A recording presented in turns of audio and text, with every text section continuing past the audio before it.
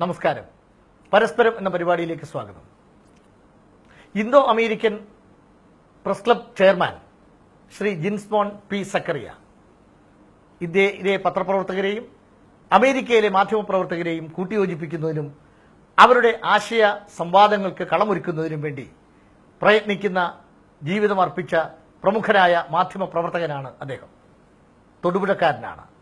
അമേരിക്കയിൽ പോയത് പ്രവാസി ജീവിതം കേരളത്തിന് മുതൽക്കൂട്ടാകാൻ വേണ്ടി തന്നെ ആശയദാർഢ്യത്തിന്റെയും ഉത്തമ ലക്ഷ്യത്തിന്റെയും മൂർത്തിമദ്ഭാവമായ ജിൻസ്മോൻ പി സക്കറിയയാണ് ഇന്നത്തെ അതിഥി. നമസ്കാരം. Thank you. അമേരിക്കൻ മലയാളി പത്രപ്രവർത്തകർ, ഒരു മുഴുവൻ സമയ പത്രപ്രവർത്തനം അവിടെ സാധ്യമല്ല. പിന്നെ എങ്ങനെയാണ് മാധ്യമലോകത്ത് നിങ്ങളൊക്കെ സംഭാവന ചെയ്യുന്നത്? അത് പൂർണ്ണമായും ശരിയല്ല. മുഴുവൻ സമയ പത്രപ്രവർത്തനവും അവിടെ സാധ്യമാണ്. ഞാൻ 10 വർഷമായി അമേരിക്കയിൽ ചെന്നിട്ട് മുഴുവൻ സമയവും പത്രപ്രവർത്തനമായിരുന്നു. 4 പ്രിന്റ് പബ്ലിക്കേഷനെ റെപ്രസെന്റ് ചെയ്യുന്നുണ്ട്. അവിടെ സാധ്യമായ അവിടെ ഒരു വലിയ കമ്മ്യൂണിറ്റി ഉണ്ട്. 6 ലക്ഷത്തോളം വരുന്ന ഒരു വലിയ മലയാളി സമൂഹം അമേരിക്കയിൽ തന്നെയുണ്ട്. അതുപോലെ തന്നെ 2.5 ലക്ഷത്തോളം വരുന്ന മലയാളികൾ കാനഡയിലുമുണ്ട്. അപ്പോൾ ഇവരെ എല്ലാം റെപ്രസെന്റ് ചെയ്യാൻ വേണ്ടി നിരവധി മാധ്യമങ്ങൾ അവിടെ ആവശ്യമാണ്. അതിന് ചില കാരണങ്ങൾ കൊണ്ട് അവർക്ക് അവരുടെ എല്ലാം അടുത്തേക്ക് നമുക്ക് റീച്ച് ചെയ്യാൻ പറ്റുന്നില്ല എന്നുള്ളത് കാരണം. പക്ഷേ അമേരിക്കൻ മലയാളികൾ പൊതുവെ മലയാളത്തോട് വിമുഖത കാട്ടുന്നവരാണ്. കുട്ടികൾ മലയാളം സംസാരിക്കാൻ പോലുമില്ല എന്നാണ് നമുക്ക് കിട്ടിയ അറിവ്. അതുകൊണ്ട് അങ്ങനെയുള്ള സാഹചര്യത്തിൽ മലയാള പത്രങ്ങൾക്കും മലയാള പത്രപ്രവർത്തനങ്ങൾക്കും ജേർണലുകൾക്കും അവിടെ എന്താണ് പ്രസക്തി? അത് ഒരു പരിധി വരെ ഈ കുട്ടികൾ വളർന്നു വരുന്ന സാഹചര്യം കൊണ്ടാണ് ഭാഷ, അതായത് അവരുടെ മാതൃഭാഷ അവരുടെ കുടുംബത്തിൽ യൂസ് ചെയ്യാതെ പോകുന്നത് കൊണ്ടാണ് അങ്ങനെ സംഭവിക്കുന്നത്. പക്ഷേ നമ്മുടെ സംസ്കാരവും നമ്മുടെ തനിമയും ഒക്കെ നിലനിന്ന് പോകണമെങ്കിൽ നമ്മുടെ മാധ്യമങ്ങൾ ആവശ്യമാണ്. അത് മറ്റുള്ളവരിലേക്ക്, വരുന്ന തലമുറകളിലേക്ക് പകർന്നു കൊടുക്കാനായിട്ട് അതിന് കാലാകാലങ്ങളായി മാതാപിതാക്കൾ ശ്രദ്ധിക്കാതിരുന്നത് കൊണ്ടുകൂടിയാണ് ഈ കുട്ടികൾ ഈ മാതൃഭാഷയെ ഒരു പരിധിവരെ ഉപയോഗിക്കാതെ പോകുന്നതെന്നാണ് എനിക്ക് തോന്നിയിട്ടുള്ളത്. എന്തുകൊണ്ടാണ് അമേരിക്കൻ മലയാളികൾ മാതൃഭാഷയോട് മുഖം തിരിഞ്ഞു നിൽക്കുന്നത്?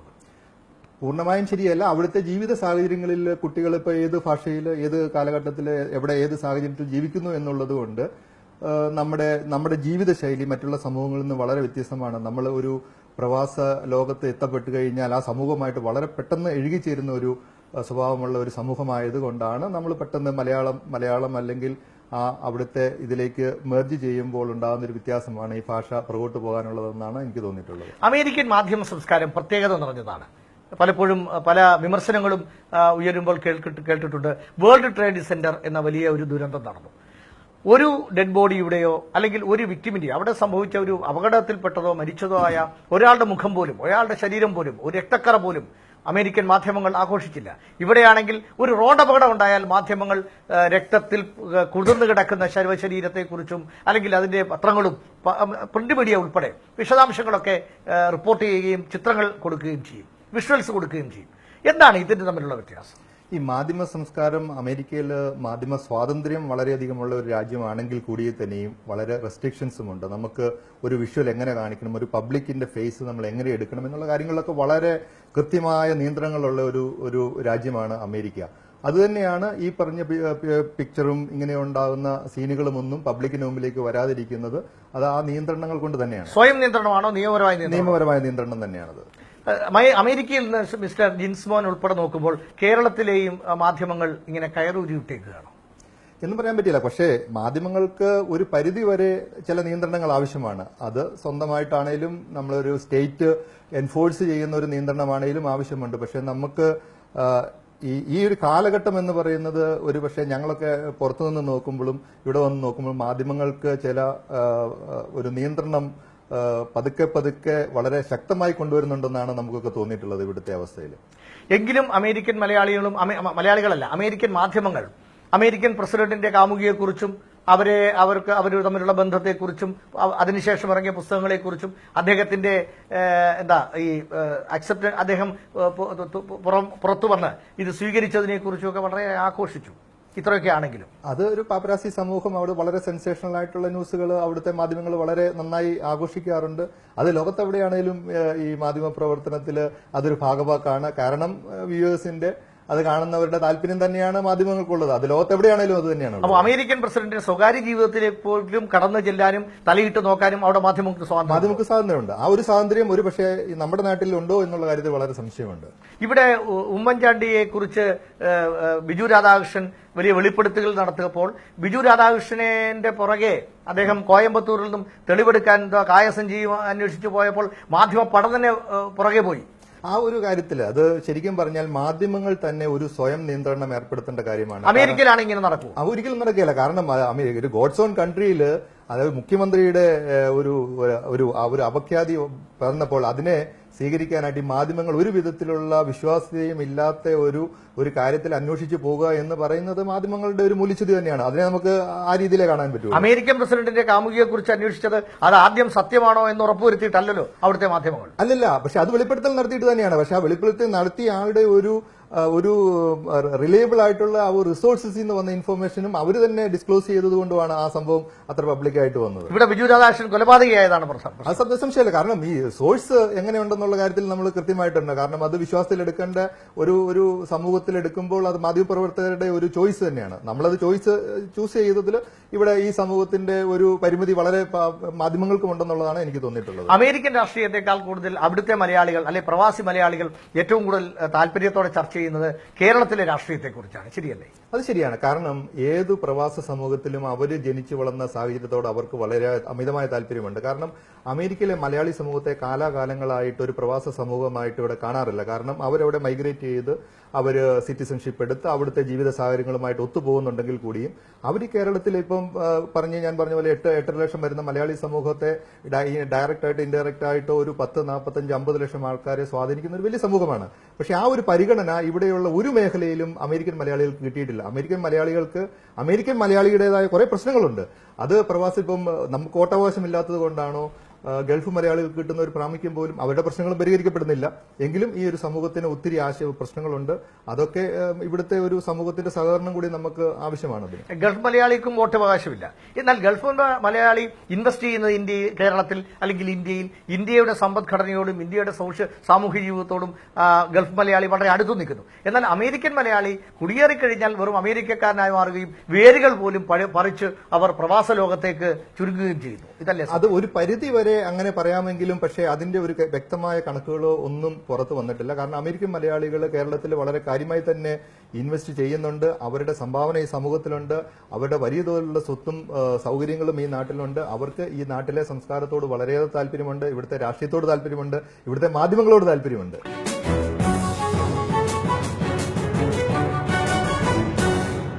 വേൾഡ് ട്രേഡ് സെന്റർ എന്ന വലിയ ദുരന്തം വന്നതിന് ശേഷം ഒരു ഇൻസെക്യൂരിറ്റി ഫീലിംഗ് അവിടുത്തെ ഇന്ത്യക്കാരെ ഗ്രസിച്ചിട്ടുണ്ടോ? അത് ഇന്ത്യക്കാരെ മാത്രമല്ല. കാരണം വേൾഡ് ട്രേഡ് സെന്റർ എന്ന് പറയുന്ന ഒരു സംഭവം മൊത്തം അമേരിക്കൻ സമൂഹത്തെ വളരെ കാര്യമായി തന്നെ ബാധിച്ചിട്ടുണ്ട്. കാരണം അമേരിക്ക എന്ന് പറയുന്ന ഒരു സാമ്രാജ്യത്വ ശക്തി അല്ലെ ആ വലിയ ശക്തിക്ക് ഏറ്റവും ഒരു വലിയ തിരിച്ചടിയാണ്. ഒരു സെക്യൂരിറ്റി വളരെ ഒരു കംഫർട്ടബിൾ ആയിട്ട് നിന്നിരുന്ന ഒരു സമൂഹം പെട്ടെന്ന് ഇന്ന് ഇതിനെ വളരെ സംശയത്തോടെ ഇന്നിപ്പോ പ്രസിഡൻഷ്യൽ ഇലക്ഷൻ നടക്കുന്ന ഈ സമയത്ത് വളരെ കമ്മ്യൂണൽ ആയിട്ടുള്ള ഇഷ്യൂസ് ഒക്കെ കടന്നു വരുന്നതിന് പ്രധാന കാരണം വന്നത് തന്നെയാണ്. കാരണം ഇപ്പം നമ്മുടെ കേരളത്തിൽ നിന്ന് തന്നെ വളരെ സ്വസ്ഥമായിട്ട് കഴിയുന്ന ഒരു രാജ്യത്ത് ശശികല ടീച്ചറിനെ പോലുള്ള ആൾക്കാർ വന്ന് പ്രസംഗിച്ച് അവിടെ വലിയൊരു ചേരുതിരിവ് നമ്മുടെ സമൂഹത്തിൽ തന്നെ കാണാൻ പറ്റും. അത് വളരെ അപകടകരമായ സൂചനയാണ് നൽകുന്നത്. അപ്പോൾ ആ ഇൻസെക്യൂരിറ്റി ഫീലിംഗ് എങ്ങനെയാണ് തിരിച്ച് എന്തെങ്കിലും ഒരു ദുരന്തമുണ്ടായാൽ ഒരു അപകടമുണ്ടായാൽ ഞങ്ങൾക്ക് തിരിച്ചു ചെല്ലാൻ പറ്റിയ ഒരു സ്ഥലം ഇടം അത് ഇന്ത്യയാണ് കേരളമാണ് എന്നൊരു ഫീലിംഗ് അവിടുത്തെ ഇന്ത്യക്കാർക്കുണ്ടോ എന്ന് എനിക്ക് തോന്നുന്നില്ല. കാരണം അവിടുത്തെ ആ ഒരു ഇതിപ്പം ലോകത്ത് എവിടെയാണെങ്കിലും ഈ പ്രശ്നങ്ങളുണ്ട്. കാരണം ലോകം മുഴുവൻ ഇപ്പം ഒരു അരാജകത്വത്തിന്റെ പിടിയിലാണ്. ആ ഒരു വിഷയം എല്ലായിടത്തും തന്നെയുണ്ട്. അതുകൊണ്ട് അവിടുന്ന് ഓടി രക്ഷപ്പെട്ട് കളയാം, അത് നമുക്ക് ഇന്ത്യയിലേക്ക് ആകാമെന്ന് പറയുന്നത്. പക്ഷെ നമ്മൾ ജനിച്ചു വളർന്ന ഈ നാട്ടിൽ കൂടുതൽ നമുക്കെല്ലാം മാനസികമായ ഒരു സംരക്ഷണം ഉണ്ട് എന്നുള്ളത് തന്നെയാണ് പ്രതീക്ഷിക്കുന്നത്. ഈ കാലഘട്ടത്തിൽ അതിനൊക്കെ ചെറിയ വ്യത്യാസം വന്നിട്ടുണ്ടെങ്കിലും ചെറിയ ഗൾഫ് മലയാളിയെ അപേക്ഷിച്ച് അമേരിക്കൻ ഇന്ത്യക്കാരൻ സ്വാർത്ഥത കൂടുതലുള്ളവരാണ്.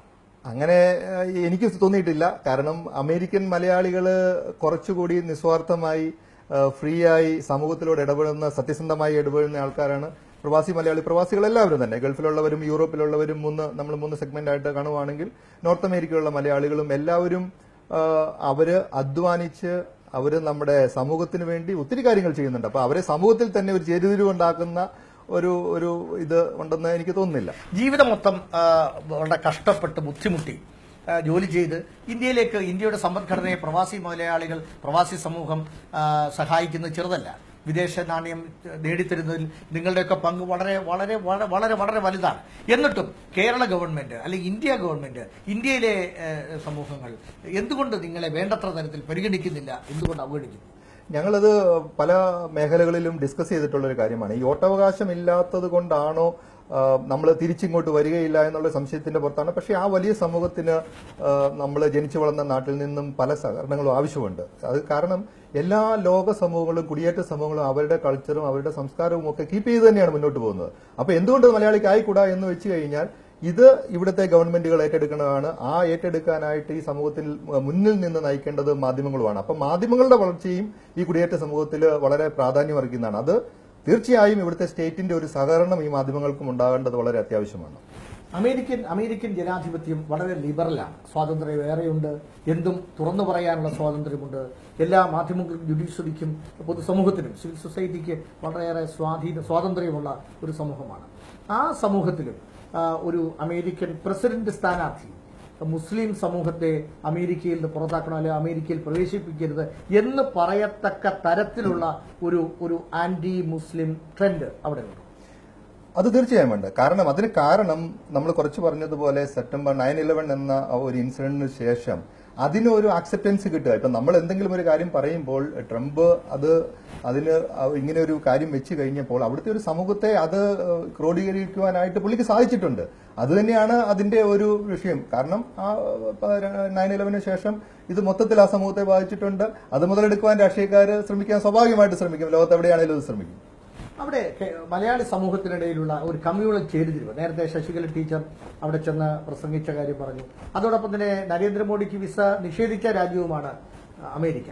അപ്പോൾ ഇവിടെ നിന്നുള്ള കമ്മ്യൂണൽ അല്ലെങ്കിൽ കാസ്റ്റ് കമ്മ്യൂണൽ എക്സ്പോർട്ട് എത്രമാത്രം ഫലപ്രദമാണ്, വിജയകരമാണ്, പരാജയകരമാണ്? അത് ഒരു പരിധി വരെയും വിജയകരമാണ്. അതായത് സമൂഹത്തിന്റെ എല്ലാ മേഖലകളിലും ഈ ഒരു എഫക്റ്റ് വന്നിട്ടുണ്ടെന്നുള്ളതാണ് എനിക്ക് ഫീൽ ചെയ്തിട്ടുള്ളത്. കാരണം ഞാൻ ചെന്ന ഒരു 10 വർഷത്തെ ഒരു ജീവിതത്തിൽ തന്നെ ഈ ഒരു വ്യത്യാസം ഫീൽ ചെയ്യുന്നുണ്ട്. അത് കാരണം ഈ പാശ്ചാത്യ ശക്തികൾ ഇപ്പം നരേന്ദ്രമോദിയുടെ അവിടുത്തെ അമേരിക്കയിലെ ആദ്യത്തെ സന്ദർശനം മാഡിസൺ സ്ക്വയറിലൊക്കെ വളരെ ആഘോഷമായി കൊണ്ടാടിയ ഒരു സമൂഹമാണ്. കാരണം അതിൽ നരേന്ദ്രമോദിയുടെ ജന്മനാടായ ഗുജറാത്തിൽ നിന്നും പട്ടേൽമാരും ബിസിനസ് സമൂഹത്തിന്റെ ഒരു വലിയ സംഭാവനയും വലിയ മാർക്കറ്റിംഗും ഒക്കെ ഉണ്ടായിട്ടുണ്ടെങ്കിൽ കൂടിയും അതൊരു വിജയമായിരുന്നു.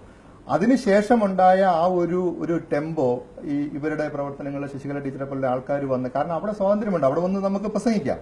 പക്ഷെ നമ്മുടെ സമൂഹത്തിന് ഗുണകരമാണോ എന്നുള്ള കാര്യത്തിൽ ഇപ്പം ഇതൊക്കെ ലിങ്ക് ചെയ്ത് വന്നു കഴിഞ്ഞാൽ മൊത്തം കമ്മ്യൂണലായിട്ട് അത് നമ്മുടെ ഈ സമൂഹവും അതിന് ഭാഗവാക്കായി തീരുന്നുണ്ട്. Indo American press club Thiruvananthapuram നിങ്ങളുടെ കഴിഞ്ഞ അന്താരാഷ്ട്ര മാധ്യമ സമ്മേളനത്തിൽ തിരുവനന്തപുരം പ്രസ് ക്ലബിന്റെ പ്രതിനിധി എന്ന നിലയിൽ ഞാനും അവിടെ പങ്കെടുക്കുകയുണ്ടായി. വളരെ മികച്ച സംഘാടക മികവോടുകൂടി അന്താരാഷ്ട്ര തലത്തിലുള്ള പ്രത്യേകിച്ച് ഇന്ത്യൻ മലയാള പത്രപ്രവർത്തകരെ ആകെ ക്രോഡീകരിച്ച് ഒരു വൻ വിജയകരമായ അന്താരാഷ്ട്ര സമ്മേളനം നടത്താൻ ഇന്തോ അമേരിക്കൻ പ്രസ് ക്ലബിന് കഴിഞ്ഞു. എന്തൊക്കെയാണ് ഇന്തോ അമേരിക്കൻ പ്രസ് ക്ലബിന്റെ activities? Indo American press club രൂപീകൃതമായിട്ട് ഏകദേശം 3 വർഷത്തോളം കഴിഞ്ഞു. കാരണം അമേരിക്കയിലെ മാധ്യമ പ്രവർത്തകരെ ഒന്നിച്ചു ചേർക്കുക, അമേരിക്കയിലെയും നോർത്ത് അമേരിക്കയിലെ കാനഡയിലും അമേരിക്കയിലുള്ള മാധ്യമ പ്രവർത്തകരെ വളരെ ചുരുങ്ങിയ ഒരു വലിയ സമൂഹമാണ് ഈ മാധ്യമ പ്രവർത്തകരെന്ന് പറയുന്നത്. അതും അത്ര പ്രൊഫഷണൽ ആയിട്ടൊന്നുമല്ല. കുറച്ച് ആദ്യം തന്നെ ചോദിച്ചതുപോലെ അവര് ഫുൾ ടൈം ഇതിന്റെ അകത്ത് ചെയ്യുന്നത് വളരെ കുറച്ച് ആൾക്കാർ മാത്രമേ, ഫുൾ ടൈം ജോലി ചെയ്യുന്നവർ. ബാക്കിയുള്ള ഇവരെല്ലാം കൂടെ ഒന്നിച്ചു കൂട്ടി ഇവരുടെ ഒരു പ്രവർത്തനം ആ സമൂഹത്തിന് വളരെ അത്യാവശ്യമാണെന്ന തോന്നലാണ് ഇങ്ങനെ ഒരു കൂട്ടായ്മയ്ക്ക് നേതൃത്വം നൽകിയത്. അതുപോലെ അവിടെ വളരെ പ്രമുഖമായ ഒരു ഇന്ത്യൻ ഇതിലുള്ള ഒരു സംഘടനയുണ്ട്, സൗത്ത് ഏഷ്യൻ ജേർണലിസ്റ്റ് സാജ എന്ന് പറയുന്നത് വളരെ വളരെ പ്രമുഖമായ ഒരു സംഘടനയാണ്. അതിനുശേഷം ഇപ്പം നമ്മൾ വന്ന് മലയാളികൾ മാത്രമല്ല മറ്റുള്ള ഇന്ത്യൻ സമൂഹത്തിൽ പ്രവർത്തിക്കുന്നവരും കൂടെ ഒത്തുചേർത്തുകൊണ്ട് ഇത് അവരുടെ എല്ലാം ഉന്നമനത്തിനും അവരെ കൂടുതൽ മാധ്യമ മേഖലയിലേക്ക് കൊണ്ടുവരികയും അവരുടെ പ്രവർത്തനം ഈ സമൂഹത്തിന് ഗുണകരമായ രീതിയിൽ മാറ്റുവാൻ ചെയ്യുക എന്നുള്ള ഒരു ലക്ഷ്യമാണ് IAPCക്കുള്ളത്. എന്തൊക്കെ ആക്ടിവിറ്റീസ്? ഉദാഹരണം, അവിടെ കൂടുതലും പാർട്ട് ടൈം പത്രപ്രവർത്തകരാണെന്ന് പറഞ്ഞു. അതൊക്കെ പത്രപ്രവർത്തകരുടെ പാഷൻ കൊണ്ടാണ്, അല്ലാതെ അതിനുള്ള സാമ്പത്തിക നേട്ടം കൊണ്ടായിരിക്കില്ല എന്നെല്ലാവർക്കും അറിയാം. അപ്പോൾ അവരെ പ്രൊഫഷണലി എക്വിപ്ഡ് ആക്കാൻ, അവരെ എംപവേർഡ് ആക്കാൻ എന്തൊക്കെ ആക്ടിവിറ്റീസ് ആണ് അമേരിക്കൻ പ്രസ് ക്ലബ് നടത്തുന്നത്? പ്രധാനമായും നമ്മൾ ഉദ്ദേശിക്കുന്നത്, കാരണം വിവിധ മേഖലകൾ, ഇപ്പൊ ഇലക്ട്രോണിക്, വിഷ്വൽ, പ്രിന്റ് മീഡിയയിൽ വർക്ക് ചെയ്യുന്ന ആൾക്കാർക്ക് അതാത് മേഖലകൾ, ഇപ്പൊ ഫോട്ടോഗ്രാഫി, ഇപ്പൊ ഫോട്ടോ ജേർണലിസം ഒരു വലിയ ഘടകമാണ്. അപ്പൊ അവർക്കൊക്കെ പ്രൊഫഷണലായി തന്നെ ട്രെയിനിങ് നൽകുക. ഇപ്പൊ ഇവിടെയുള്ള ട്രിവാൻഡ്രം പ്രസ് ക്ലബ്ബില്, കോട്ടയം പ്രസ് ക്ലബ്ബില്, ഇവിടുത്തെ പ്രമുഖമായ പ്രസ് ക്ലബ്ബില്, ഇവിടുത്തെ പ്രമുഖ മാധ്യമ പ്രവർത്തകർ, ഇവർ തമ്മിലുള്ള ഇന്ററാക്ഷൻ ഈ ഒരു ഇവിടുത്തെ ഒരു അമച്ചുറായിട്ടുള്ള ജേർണലിസ്റ്റുകൾക്ക് വളരെ ഗുണകരമായി മാറുന്നുണ്ട്. അപ്പൊ ഈ രണ്ട് കൂട്ടരെയും നമ്മൾ അങ്ങോട്ട് ഒരു എക്സ്ചേഞ്ച് പ്രോഗ്രാം, കാരണം അവർ ഇവിടുത്തെ വന്നിട്ട്, കാരണം നമ്മുടെ സമൂഹത്തിന്റെ കാര്യങ്ങളെക്കുറിച്ചും ഒക്കെ ഇവിടുത്തെ ഈ കേരളത്തിലെ ജന്മനാടിനെ കുറിച്ചുള്ള വ്യാകുലതകളും ഒക്കെ ഈ സമൂഹത്തെ ബാധിക്കുന്നുള്ളതുകൊണ്ട് ഇവിടുത്തെ പൾസും അവിടെയുള്ള മാധ്യമപ്രവർത്തകർ അറിഞ്ഞിരിക്കണം. അപ്പോൾ ഒരു ട്രെയിനിങ് പ്രോഗ്രാം പോലെ ഉള്ള കുറെ കാര്യങ്ങളാണ് പ്രധാനമായിട്ടും ഇപ്പോൾ ഞങ്ങൾ പ്ലാൻ ചെയ്തുകൊണ്ടിരിക്കുന്നത്. കുറച്ച് ഞങ്ങളുടെ കോൺഫറൻസിന്റെ പ്രധാന അജണ്ട അത് തന്നെയായിരുന്നു. അപ്പോൾ അത് അനുസരിച്ചാണ് ഞങ്ങൾ ഇവിടുന്ന് ഒരു വലിയ ഗസ്റ്റുകളെ അവിടെ കൊണ്ടുവന്നതും. പുതിയ പരിപാടി, പുതിയ പദ്ധതി ഇത് തന്നെ ഞങ്ങൾ കണ്ടിന്യൂ ചെയ്തുകൊണ്ട് പോകുന്നു. അടുത്ത വർഷവും ഞങ്ങൾ എല്ലാ വർഷവും ഞങ്ങളിങ്ങനെ ഒരു ഇന്റർനാഷണൽ മീഡിയ കോൺഫറൻസ് കേരളത്തിന് വെളിയിൽ, ഇന്ത്യക്ക് വെളിയിലുള്ള മാധ്യമപ്രവർത്തകരെ ഒരു കുടക്കീഴിൽ കൊണ്ടുവരിക. അപ്പം വിവിധ രാജ്യങ്ങളിൽ പ്രവർത്തിക്കുന്ന, അല്ലെ യൂറോപ്പില്, ഓസ്ട്രേലിയയില്, ഇംഗ്ലണ്ടില് ഒക്കെ പ്രവർത്തിക്കുന്ന ആൾക്കാരെല്ലാം ഞങ്ങളുടെ ഈ ഒരു കോൺഫെഡറേഷൻ പോലെയുള്ള ഈ സംഘടനയിലേക്ക് കൊണ്ടുവരണമെന്നുള്ളതാണ് ഞങ്ങൾ ആഗ്രഹിക്കുന്നത്.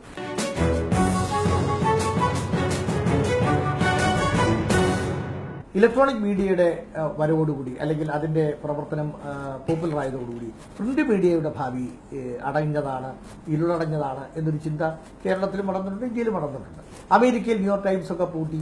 അതിനുശേഷം എന്റെ ചോദ്യം, ആ പശ്ചാത്തലത്തിൽ, ന്യൂയോർക്ക് ടൈംസ് ഒക്കെ പൂട്ടിയ പശ്ചാത്തലത്തിൽ അമേരിക്കയിൽ മലയാള പ്രിന്റ് മീഡിയയുടെ ഭാവി ഇരുളടഞ്ഞോ, ഇലക്ട്രോണിക് മീഡിയ ആ സ്ഥാനം കരസ്ഥമാക്കി? ഇന്ന് പൂർണ്ണമായും പറയാൻ പറ്റുകയില്ല. കാരണം ഒരു 10-20 വർഷം കൂടെ ഈ പ്രിന്റ് മീഡിയയ്ക്ക് ഇനിയും അത് ചിലപ്പോൾ അത് പക്ഷേ അതിന് മുന്നോട്ടും പോകാൻ സാധ്യതയുണ്ട്. കാരണം നമ്മൾ ഇലക്ട്രോണിക് മീഡിയ വന്നു, ഇപ്പോൾ ഓൺലൈൻ പത്രങ്ങളും വാർത്തകളും ഒക്കെ വളരെ സുലഭമായിട്ട് വരുന്നുണ്ടെങ്കിൽ കൂടിയും പ്രിന്റ് എഡിഷന് ചില പ്രത്യേകതകളുണ്ട്. കാരണം നമുക്കത് സൂക്ഷിച്ചു വെക്കുന്നതിലും മലയാളിയുടെ ഒരു സംസ്കാരത്തിന്റെ ഭാഗമൊക്കെ ആയിട്ട് പത്രങ്ങൾക്ക് ഇനിയും പ്രസക്തി ഉണ്ടെന്ന് തന്നെയാണ് ഞാൻ വിശ്വസിക്കുന്നത്. അതുപോലെ തന്നെ വിഷ്വൽ മീഡിയയ്ക്കും അവിടെ നമുക്ക് അതിനോടൊപ്പം തന്നെ പ്രാധാന്യമുണ്ട്. അതൊരു പക്ഷേ മുന്നോട്ട് പോകാം, പക്ഷേ ഇത് കുറച്ച് പുറകോട്ട് വന്നാലും ഇപ്പോഴും രണ്ടിനും പ്രസക്തിയുണ്ട്. അപ്പോൾ പ്രധാനമായിട്ടും പ്രവാസ ലോകത്തുള്ള പത്രപ്രവർത്തനത്തിൽ പ്രിന്റ് മീഡിയ ആണെങ്കിലും വിഷ്വൽ മീഡിയ ആണെങ്കിലും അനുഭവിക്കുന്ന ഒരു പ്രധാന പ്രശ്നം എന്ന് പറയുന്നത്, അവിടെ ഒരു പത്രമോ ഒരു ചാനലോ തുടങ്ങുകയോ അല്ലെങ്കിൽ പ്രവർത്തിക്കുകയോ ചെയ്യുമ്പോൾ നമുക്ക് അവിടെ ഒരു സ്ട്രാറ്റജി, അവിടെ റോൾ മോഡലില്ല. അപ്പോൾ ഇപ്പോൾ ഒരു കണ്ടന്റ് പ്ലാനിങ്ങോ ഒരു മാർക്കറ്റിംഗ് പ്ലാനോ ഒന്നും നമുക്ക് എടുക്കാൻ പറ്റുകയില്ല. അങ്ങനെ ഒരു പ്ലാൻ ഇല്ല അവിടെ. കാരണം നമ്മൾ ആ സാഹചര്യത്തിന് അനുകൂലമായിട്ട് അത് എങ്ങനെ നമുക്ക് പ്ലാൻ ചെയ്യാൻ പറ്റും എന്നുള്ളതാണ് വിജയത്തിന്റെ ഒരു ഘടകം. അതാണ് ഈ പത്രങ്ങളെയും ചാനലുകളെയൊക്കെ അവിടുന്ന് നമ്മുടെ ഈ പ്രവാസ സമൂഹത്തിൽ നിന്ന് പുറകോട്ടടിക്കണം എന്നുള്ളൊരു കാര്യമാണ് എനിക്ക് തോന്നിയിട്ടുള്ളത്. മലയാളി എവിടെ ചെന്നാലും സംഘടന ഉണ്ടാവും. ഉടൻ തന്നെ വൈകാതെ ആ സംഘടന പുലരുകയും അനേകം സംഘടനകൾ രൂപം കൊള്ളുകയും ചെയ്യും. അമേരിക്കൻ മലയാളികളുടെ സ്ഥിതി എന്താണ്? അമേരിക്കൻ മലയാളികളുടെ സ്ഥിതിയും വലിയ വ്യത്യാസമൊന്നുമല്ല. കാരണം അതൊരു തെറ്റല്ല. കാരണം മലയാളി സമൂഹം നേതൃശേഷിയിൽ വളരെ മുന്നിലാണ്. അതുകൊണ്ട് അത് ആരും അനുയായിയാകാൻ തയ്യാറല്ല. എല്ലാവരും നേതാക്കളാണ്, എല്ലാവരും ലീഡേഴ്സാണ്. പക്ഷേ അതിൽ തെറ്റൊന്നും ഉണ്ടെന്ന് എനിക്ക് തോന്നുന്നില്ല. കാരണം ഒരു വിരുദ്ധ ആശയങ്ങൾ വരുമ്പോൾ അത് പ്രാവർത്തികമാക്കാനായിട്ട് വിരുദ്ധ ഗ്രൂപ്പുകൾ ഉണ്ടാകുന്നത് വളരെ നന്നാണ്. പക്ഷേ നമ്മൾ ഒരു പ്രതിപക്ഷ ബഹുമാനത്തോടുകൂടി ഈ സംഘടനകളെ കാണേണ്ടത് വളരെ അത്യാവശ്യമാണ്. കാരണം ഈ സംഘടനകളെല്ലാം കൂടുന്നത് വിവിധ നേതൃത്വങ്ങൾ വരുന്നത് കൊണ്ട് സമൂഹത്തിന് പ്രയോജനം തന്നെ ഉണ്ടാവുകയുള്ളൂ എന്നാണ് എനിക്ക് തോന്നിയിട്ടുള്ളത്. പത്രലോകത്ത്, മാധ്യമ ലോകത്ത് എങ്ങനെയുണ്ട്? American press club, Indo American press club, മറ്റു സംഘടനകളുടെ സ്ഥിതി എന്താണ്? മറ്റ് സംഘടനകളും ഇതുപോലെയൊക്കെ തന്നെ ആണ്. നേതൃത്വങ്ങൾ വളരെയുണ്ട്. സംഘടനാ പ്രവർത്തനത്തിൽ അമേരിക്കൻ മലയാളികൾ ഒട്ടും മോശമല്ല. പത്രലോകത്താണെങ്കിലും അല്ലാത്ത സംഘടനകളുടെ പ്രവർത്തനങ്ങളും സമൂഹത്തിനുണ്ട്. പക്ഷേ ഇനിയും കൂടുതൽ സംഘടനകളുടെ സാമൂഹിക പ്രസക്തി അവിടെ ഉണ്ടെന്നുള്ളതാണ് എനിക്ക് തോന്നിയിട്ടുള്ളത്. കാരണം ഈ സംഘടനകളുടെ പ്രവർത്തനത്തിൽ അവിടെ കുറെ പരിമിതികളുണ്ട്. അതുകൊണ്ടാണോ എന്നറിയത്തില്ല കൂടുതൽ ആൾക്കാർ ഇതിനകത്ത് നേതൃത്വം. കാരണം ജോലിയായിട്ട് ബന്ധപ്പെട്ട് നമ്മളൊരു പ്രവാസ സമൂഹത്തിന് മറ്റുള്ള ഒരു പ്രിവിലേജ് ഇവിടെ നിന്ന് കിട്ടുന്നില്ല. കാരണം നമ്മുടെ സമയം, നമുക്കിതിലേക്ക് അധിക സമയം വോളണ്ടിയർ ചെയ്യാനുള്ള ഒരു ബുദ്ധിമുട്ടുണ്ടായിരിക്കാം. അപ്പൊ അങ്ങനെയുള്ളൊരു നല്ല ലീഡർഷിപ്പ് ഒരു വാക്കും അമേരിക്കൻ മലയാളികൾക്കിടയിലുണ്ട്. മറ്റു മേഖലകളിൽ, ഇപ്പോൾ ചാരിറ്റി പ്രവർത്തനങ്ങളിലും മറ്റു ഗൾഫ് മലയാളികളെ പോലെ അമേരിക്കയിലെയും യൂറോപ്പിലെയും മലയാളികൾ സഹകരിക്കുന്നില്ല എന്നൊരു ആക്ഷേപം ഇവിടെ ഉയർന്നു കേൾക്കാറുണ്ട്. അതിൽ വല്ല വാസ്തവമുണ്ടോ? അതില്ല. കാരണം അമേരിക്കൻ മലയാളികൾ പൊതുവെ ഇപ്പം ഗൾഫ് മേഖലകളിലൊക്കെ വളരെ സംഘടിതമായ രീതിയിലുള്ള ഒരു ഓപ്പൺ ആയിട്ടുള്ള പിരിവ്. നമ്മളൊരു ഇഷ്യൂ ഉണ്ടായപ്പോൾ ഒക്കെ നമ്മൾ മദ്രാസിൽ ഈ വെള്ളപ്പൊക്കം ഉണ്ടായപ്പോഴൊക്കെ പിരിക്കുന്നത് പോലെ. പക്ഷെ അവിടെയുള്ള സമൂഹം ഇൻഡിവിജ്വലി തന്നെ എല്ലാവരും തന്നെ ഓരോ സംഘടനയാണ്. കാരണം എല്ലാവർക്കും ഒരു ഫാമിലി ട്രസ്റ്റ് ഉണ്ട്. അവരവരെ ചാരിറ്റി ചെയ്യുന്നുണ്ട്. പക്ഷെ അത് കേരളത്തിൽ മാത്രമല്ല, അവർ ആഫ്രിക്കൻ രാജ്യങ്ങളിൽ ചാരിറ്റി ചെയ്യുന്നവരുണ്ട്. ചാരിറ്റിയുടെ കാര്യത്തിൽ അമേരിക്കൻ മലയാളികൾ ഒരു വിധത്തിലും പുറകോട്ടല്ല എന്നുള്ളതാണ് എനിക്ക് തോന്നുന്നത്.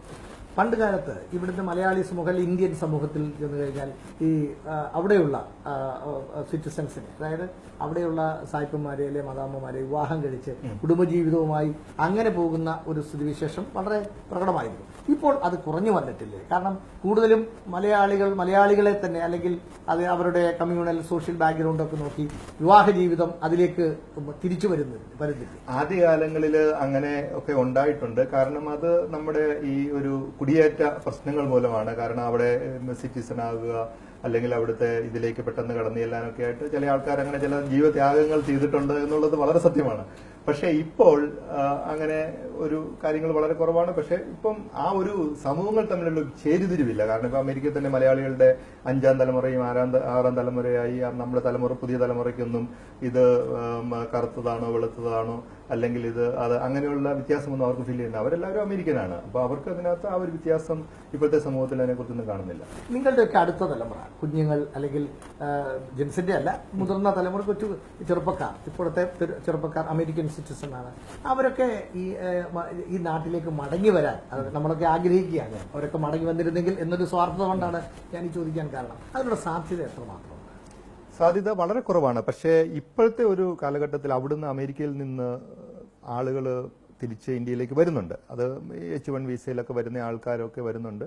കാരണം ഇന്നിപ്പോൾ വസുദൈവ കുടുംബം എന്ന് പറഞ്ഞ യഥാർത്ഥത്തിൽ ഇപ്പം നടന്നുകൊണ്ടിരിക്കുകയാണ്. ഈ കുടിയേറ്റത്തിന് പോലും കാരണം ലോകം മുഴുവൻ അവസരങ്ങൾ വന്നു, പ്രത്യേകിച്ച് ഇന്ത്യയിലും അവസരങ്ങൾ വന്നു. അപ്പോൾ അതുകൊണ്ട് ഒരു സമൂഹമൊക്കെ തിരിച്ചിങ്ങോട്ടും യാത്ര ചെയ്യുന്നുണ്ട്. പക്ഷേ നമ്മുടെ ഇപ്പം യങ്ങർ ജനറേഷന് ഇവിടെ വന്ന് ജോലി ചെയ്യുന്ന ആൾക്കാർ പണ്ടൊന്നും ഇതില്ലായിരുന്നു. ഒരു 20 വർഷങ്ങൾക്ക് മുമ്പ് ഇല്ലാത്ത ഒരു വ്യത്യാസം കാണുന്നുണ്ട്. കാരണം അവിടെയുള്ള കമ്പനികൾ, ഇപ്പം പല കമ്പനികളും അമേരിക്കയിലും ഇന്ത്യയിലും ഒക്കെ ഒന്നിച്ച് പ്രവർത്തിക്കുന്നുണ്ട്. അപ്പം അങ്ങോട്ടും ഇങ്ങോട്ടും ട്രാൻസ്ഫർ ചെയ്യുന്നു. എത്രയോ ആൾക്കാർ നമുക്ക് ബാംഗ്ലൂരും ഹൈദരാബാദിലും ഒക്കെ കാണാൻ പറ്റും. അതുകൊണ്ട് ആ ഒരു വ്യത്യാസത്തിന്റെ ഒരു സമയം കഴിഞ്ഞു എന്നാണ് എനിക്ക് തോന്നുന്നത്. താങ്കളുടെ അഭിപ്രായമല്ല ഞാൻ ചോദിക്കുന്നത്. അവിടെയുള്ള മലയാളി സമൂഹത്തിന്റെ പൊതുവികാരം ഈ VS അച്യുതാനന്ദനാണോ ഉമ്മൻചാണ്ടിക്കാണോ അനുകൂലം വോട്ട് കൂടുതൽ കിട്ടുക? അവിടുത്തെ പൊതുസമൂഹം പൊതുവെ എനിക്ക് കാണുന്നത് രാഷ്ട്രീയമായി ഒരു ചേരിതിരിവുണ്ടെങ്കിൽ കൂടിയും ഒരു വലതുപക്ഷ ചിന്താഗതിയുള്ള ആൾക്കാരാണ് അവിടുത്തെ കൂടുതൽ. കാരണം ഇടതുപക്ഷ ചിന്താഗതി ക്രിസ്ത്യാനികൾ കൂടുതലായിരുന്നോ?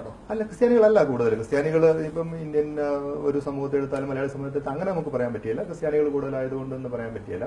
പക്ഷെ അവർക്കൊരു വലതുപക്ഷ ചിന്താഗതിയുണ്ട്. കാരണം ഒരു UDF മൈൻഡഡ് ആണ്. കാരണം അത് അവരുടെ ബാക്ക്ഗ്രൗണ്ട് കൊണ്ടാണോ അല്ലെങ്കിൽ തന്നെയും അവിടുത്തെ ആ രാജ്യത്തിന്റെ ഒരു പോളിസി ഉണ്ട്. പക്ഷെ വളരെ ആൾക്കാർ രാഷ്ട്രീയമായിട്ടും വളരെ താല്പര്യത്തോടു കൂടി തന്നെ, പക്ഷെ നിഷ്പക്ഷമായിട്ട് എല്ലാവരും ഒരു ആം ആദ്മി ഒരു ആറ്റിറ്റ്യൂഡിലാണ് അമേരിക്കനിലെ പുതിയ സമൂഹം വളർന്നു വരുന്നതെന്നാണ് എനിക്ക് തോന്നുന്നത്. എന്തായിരുന്നാലും ഇൻഡോ അമേരിക്കൻ പ്രസ് ക്ലബിന്റെ ചെയർമാൻ ശ്രീ ജിൻസ്മോൻ P. സക്കറിയ ഇന്ത്യയിലെ സന്ദർശന ഏതാനും ഒരാഴ്ച നീണ്ടു നിൽക്കുന്ന സന്ദർശന കാലയളവിൽ ഇന്ത്യയിലെയും പ്രത്യേകിച്ച് കേരളത്തിലെയും മാധ്യമ സമൂഹവുമായി ആശയവിനിമയം നടത്തുന്നതിനും നേരത്തെ ചൂണ്ടിക്കാണിച്ചതുപോലെ പരസ്പരം ഇന്ററാക്ഷൻ കൂടുതൽ വർദ്ധിപ്പിക്കുന്നതിനും അതുപോലെ തന്നെ കൾച്ചറൽ എക്സ്ചേഞ്ച് ഒരു അത്തരത്തിൽ പരസ്പരം ആശയവിനിമയം നടത്തി വളരെ സമ്പുഷ്ടമായ പ്രൊഫഷണലായ ഒരു മാധ്യമ സൗഹൃദം കെട്ടിപ്പടുക്കുന്നതിനും സഹായകമാകട്ടെ ഈ സന്ദർശനം എന്ന് ആശംസിക്കുന്നു. നന്ദി, നമസ്കാരം. Thank you.